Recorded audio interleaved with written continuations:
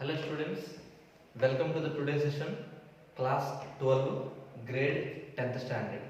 So, in the previous class, we started our discussion about the second lesson, the extension of British rule in India. So, in the previous class, we discussed the first Anglo-Maratha war. So here the second lesson is all about how the Britishers are concentrated to capture the Maratha dynasty as well as Mysuru as well as Sikhs. So here in this lesson there is a complete description given about Anglo-Maratha wars as well as Anglo-Sikh wars. In that part we discussed first Anglo-Maratha war. So today in this session we are going to discuss about the second Anglo-Maratha war as well as a brief explanation about the Governor General who arrived to India in the year 1798 is none other than Lord Wellesley. Lord Wellesley is a Governor General of British who arrived to India in the year 1798. Who is he? He is a Governor General.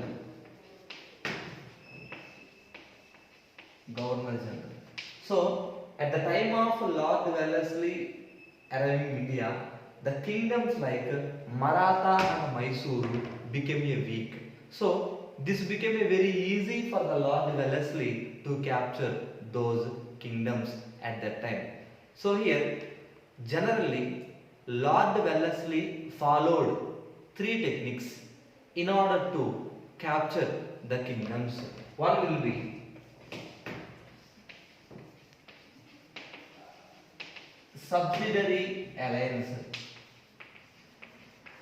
subsidiary alliance.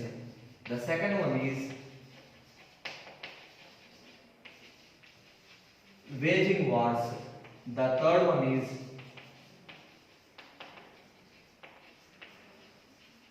administrating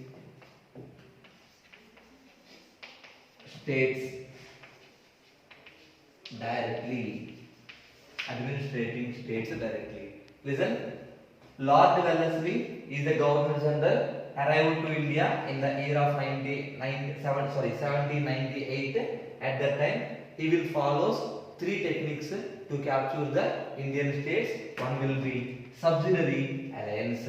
The second one is waging war. The third one is administrating the state directly. So, by applying these cunning techniques, Lord Wellesley successful to occupy some of the Indian states into the part of British administration. So, children, in this class, now we are going to discuss about the first war technique, the first cunning technique of Wellesley, that is known as subsidiary alliance.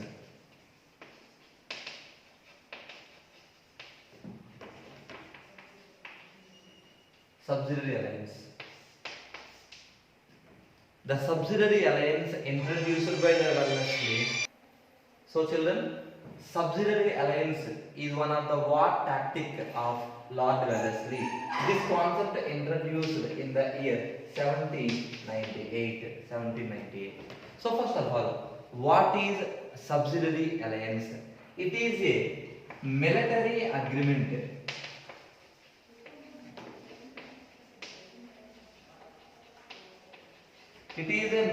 agreement between East India Company. Subsidiary alliance is a military agreement between East India Company and Indian states.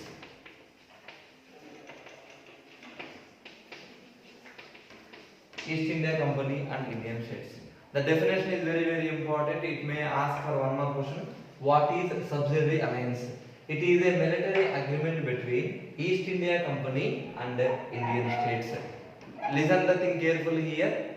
Subsidiary alliance introduced by Lord Wellesley in the year 1798. Lord Wellesley, who is a Governor General who arrived to India in the year 1798, he introduced subsidiary alliance. What is subsidiary alliance? It is a military agreement between whom? East India Company as well as Indian states. Okay. Now, what are the terms and conditions of subsidiary alliance? What are the conditions under subsidiary alliance? Okay, so children, now you are going to learn about the conditions of subsidiary alliance. One thing I will say here, this is a very important concept for 3-mark question. What are the conditions under subsidiary alliance? Very important concept. It may come as a 3-mark question in your examinations. First of all, what are the conditions under subsidiary alliance? The first condition is Indian king had to keep British army. The Indian king had to keep British army in his kingdom. Children, the first condition is the Indian king had to keep British army in his kingdom. Means whoever the king accepted subsidiary alliance, that king has to keep British army in his kingdom. Example, Nizams of Hyderabad accepted this condition, means they have to keep British army in their kingdom. That is the first condition. The second condition is the concerned kingdom has to bear all expenses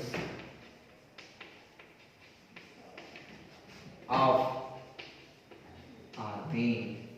The second condition is the concerned kingdom has to bear all expenses of the army. Expenses of the army means what? The salary for the soldiers, salary for the military people, and the remaining all the expenses that is related to the army, that king has to be maintained. So it is a really burden on whom? The king who accepted subsidiary alliance. I hope you may clear this point, children. The concerned kingdom has to bear all the expenses of the army, and moreover,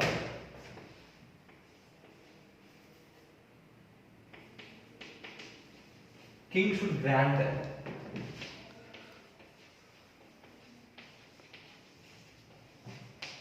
some revenue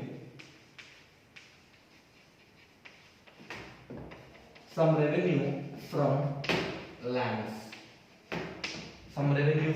Generally, the king will collect some taxes from the lands, right? So the king has to give some revenue to the British government, to the East India Company, which is collected from that lands. Listen here, the first condition, the Indian king had to keep British army in his kingdom. The second condition is the concerned kingdom has to bear all expenses of the army, and moreover that king should grant some revenue from the lands. Third condition,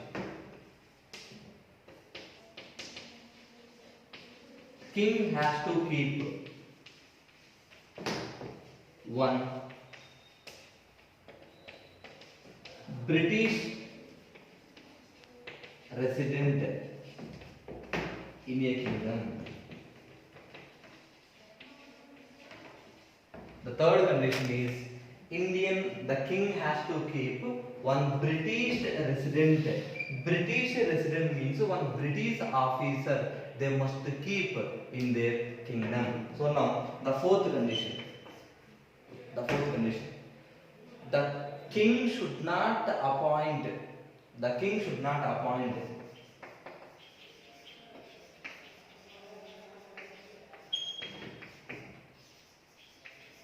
any other European. The king should not appoint any other European in the Kingdom.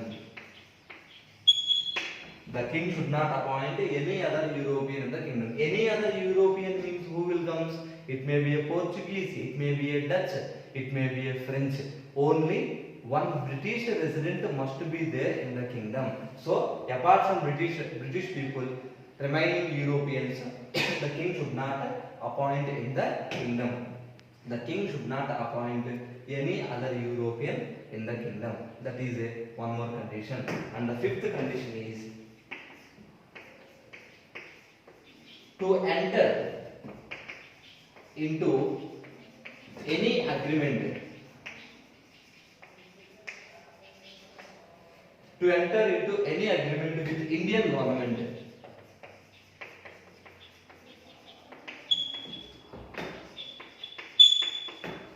To enter into any agreement with Indian government,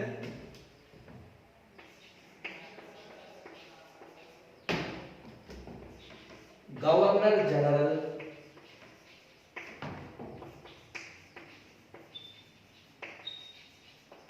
permission. Governor General permission is mandatory. The Governor General permission is mandatory. To enter into any agreement with the Indian government, one Governor General will be there in the kingdom. The Governor General permission the king has to take. So now, look at the points carefully, children. Here, Indian king had to keep British army in the kingdom. That is the first condition. The second condition, the concerned kingdom has to bear to mean they have to provide all expenses of the army. And moreover that, all expenses of the army means what? Salaries for the soldiers and remaining war expenses. Everything expenditure that should be made by the king only. And king should grant some revenue from the lands. And the third one is king has to keep one British resident in the kingdom. British resident means British officer. And the fourth one will be king should not appoint any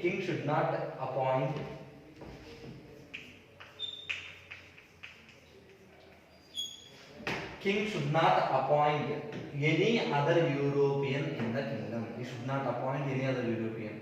So finally, to enter into agreement with the Indian government, permission from the Governor General, that is mandatory. So now all the 5 conditions we discussed so far, right? So sixth condition, in return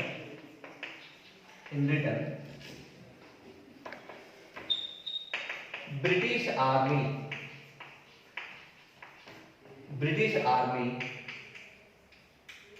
protect the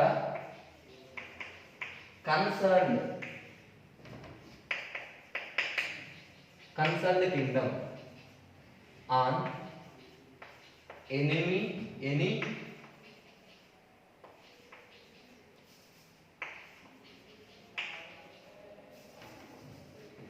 on any attack, any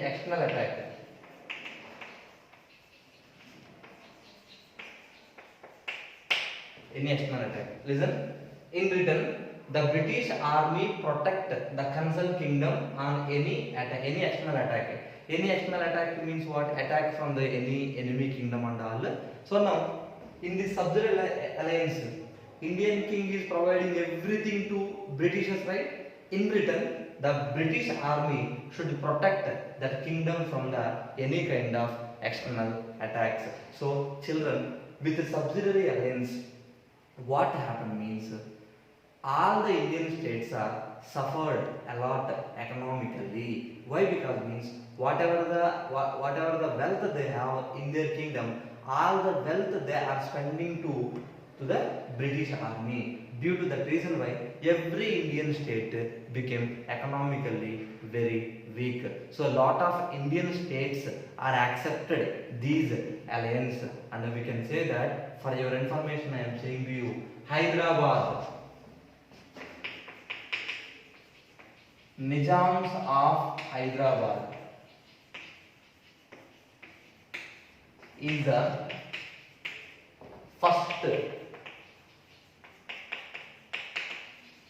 first kingdom to accept. Nizams of Hyderabad is the first kingdom to accept subsidiary alliance. So that after Hyderabad, we can say that Tanjavur, Mysore, Awadh, Gwalior, likewise remaining Indian states also accepted subsidiary alliance. So that what is the result of subsidiary alliance means all the Indian states are become economically weak, and Nizams of Hyderabad is the first state to accept this subsidiary alliance. Children, I told to you this is very important concept in second lesson, especially for 3 mark question. Here some points I will say it again, listen it carefully. Subsidiary alliance introduced by Lord Wellesley in the year 1798. In the year 1798, subsidiary alliance introduced by the Lord Wellesley. So these are all the conditions under subsidiary alliance. Very important questions. What are the conditions under subsidiary alliance? It will become for 3 mark question. And here one more key point you must remember, that is Nizams of Hyderabad. Nizams of Hyderabad. Nizams of Hyderabad is the first kingdom to accept subsidiary alliance. After that, remaining kingdoms also accepted. So, but here what happened means after subsidiary alliance, all the Indian states are become economically very weak. So, by introducing this policy, the British East India Company able to occupy all the Indian states by the technique of Lord Wellesley. Children, this is all about the cunning technique which is introduced by the Lord Wellesley in the year 1798. Children, in the previous class we discussed the first Anglo-Maratha War. Again, once I will recollect the year 1775 to 1782. 1775 to 1782, that is the region of first Anglo-Maratha War. Okay. After we discussed about subsidiary alliance, now we will discuss about the second Anglo-Maratha War. Second Anglo-Maratha War in the year 1803 to 1805. 1803 to 1805. See, when Lord Wellesley arrived to India in the year 1798, he will be in India until which year? 1805, means until the end of second Anglo-Maratha War, Wellesley was there in India. So, okay, listen. Second Anglo-Maratha War. First of all, Maratha dynasty established by whom? Chhatrapati Shivaji, right? After Chhatrapati Shivaji death, Peshwa family, they have taken the administrative responsibility about the kingdom. After that, again Maratha dynasty is divided into different families. Here, Holkar family, Scindia family, Gwalior family, Bhonsle, Holkar, Scindia, Gwalior, Bhonsle and Peshwa family. Likewise, the United Maratha dynasty is divided into families: Holkar family, Scindia family, Gwalior family, Bhonsle family, Peshwa family. So now, what is the reason for second Anglo-Maratha War? Reason: the enmity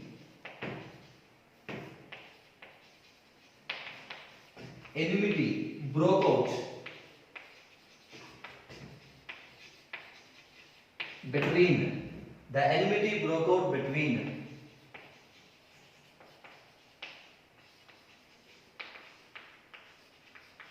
Maratha chieftains. Maratha chieftains are nothing but families of Maratha dynasty. The reason for second Anglo-Maratha War is, question may ask, what is the main reason for the second Anglo-Maratha War? You have to write, the enmity broke out between Maratha chieftains. Maratha chieftain means here Holkar, Scindia, Gwalior, Bhonsle and Peshwa. Here, there is a person from Holkar family, Yashwantrao Holkar. Yashwantrao Holkar. So now the enmity broke out between Yashwantrao Holkar family and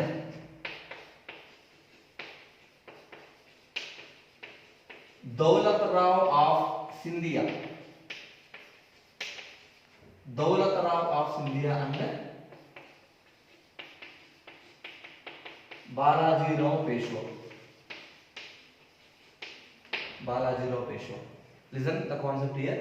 I told you the reason broke out between Maratha chieftains, right? Those Maratha chieftains, the war, the enmity started in between Yashwantrao Holkar. Who is Yashwantrao? He is from Holkar family. Holkar family. And between Daulat Rao of Scindia family. And along with Daulat Rao, one more who is there? Balaji Rao Peshwa.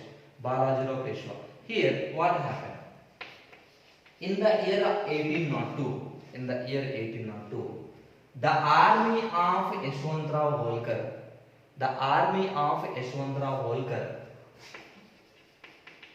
defeated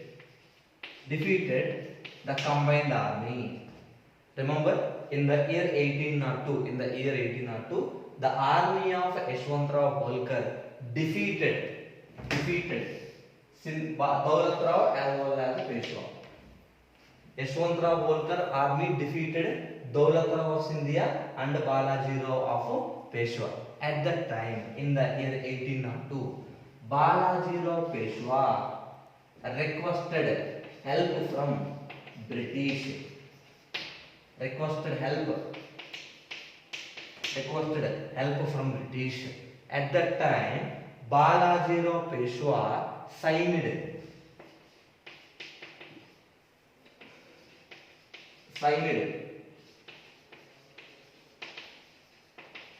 subsidiary alliance. Children, I hope you are clear here. In the year 1802, Yashwantrao of Holkar defeated Daulat Rao of Scindia and Balaji Rao of Peshwa. At that time, Balaji Rao Peshwa he requested help from British. And what he accepted? He accepted subsidiary alliance. That treaty is known as Basin Treaty.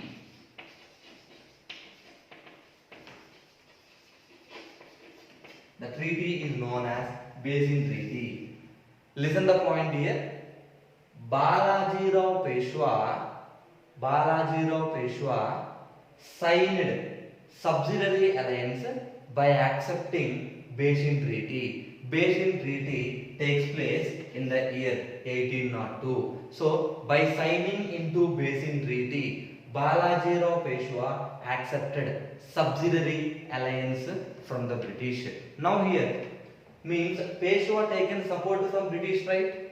Means he signed in the agreement. What is the agreement? Subsidiary alliance. With which treaty? Basin Treaty. That is, remaining family like, what are the families? Holkar family, Gwalior family, Bhonsle family. They don't like to sign into the treaty. At that time, the combined army of Holkar and Gwalior and Bhonsle and British. So Holkar family, Gwalior family, Bhonsle family, they does not like the treaty which is signed by the Peshwa. That is the reason why the combined army of these three families, they raised fight against British. That is known as the Second Anglo-Maratha War. Takes place in the year 1803 to 1805. Here what happened means, in this battle, the combined army of Holkar, Gwalior and Bhonsle defeated by the British. Britishers are defeated successfully. Britishers defeated them successfully. So that what happened, the complete Maratha dynasty, it is under the control of, again at the time the Britishers are able to take power over Maratha families. So this is all about the second Anglo-Maratha war. Children, once again, Yashwantrao of first reason for second Anglo-Maratha war. Reason, the enmity broke out between Maratha chieftains. Who are the Maratha chieftains? Yashwantrao of Holkar family versus Daulat Rao of Sindhia and Balaji Rao of Peshwa. Here, in the year 1802, Yashwantrao defeated Daulat Rao and Balaji Rao. At that time, Peshwa requested help from British. With which treaty? Basin Treaty. So through Basin Treaty, he accepted subsidiary alliance. Understanding, right? Subsidiary alliance he accepted. That is, does not like by the remaining families like Holkar, Gwalior and Bhonsle. That is the reason why the combined army of Holkar, Gwalior, Bhonsle, they raised fight against British in the year 1803 to 1805. That is second Anglo-Maratha war. In the second Anglo-Maratha war, the combined army of Holkar, Gwalior, Bhonsle defeated by the British. So that is all about second Anglo-Maratha war. Listen, children. After second Anglo-Maratha war, Lord Wellesley resigned for his post and he went back to his country. Resigned for his post and he went back to his country. Why? Because means the battle trustiness, very very important this one.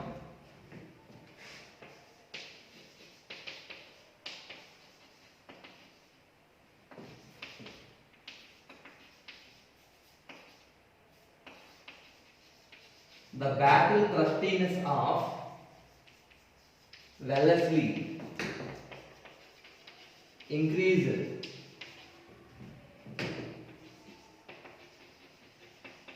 financial burden on company.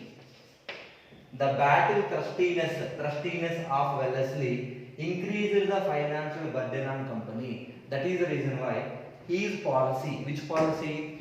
Subsidiary alliance, criticized, so that Lord Wellesley, he resigned for his post and he went back to his country. Children, here the question may ask, why Lord Wellesley resigned for his post means you have to write the battle trustiness of Wellesley increased the financial burden of a company.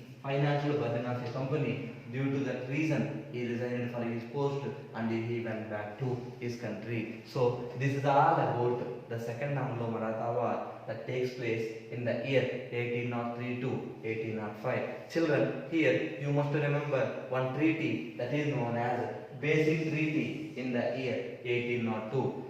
First Anglo-Maratha war, Salwai Treaty. Second Anglo-Maratha war, Basin Treaty. So, question may ask, by signing which treaty Peshwa accepted subsidiary alliance? You have to write, by signing Basin Treaty, Peshwa accepted subsidiary alliance. So, children, in this class, in this video, we discussed about the second Anglo-Maratha war, and we discussed completely about the structure of the war. If they ask what is the reason for second Anglo-Maratha war means, you have to write the enmity broke out between Maratha chieftains.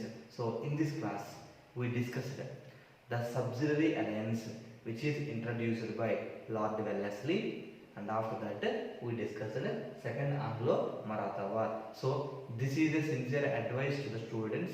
After you watch this video, just you write all the conditions of subsidiary alliance in your notes and just go through the answer again and again until you will get that answer thoroughly. So why? Because means that the concept is very very important for the 3-mark question. So this is the end of session 12 of grade 10 social science. Thank you children.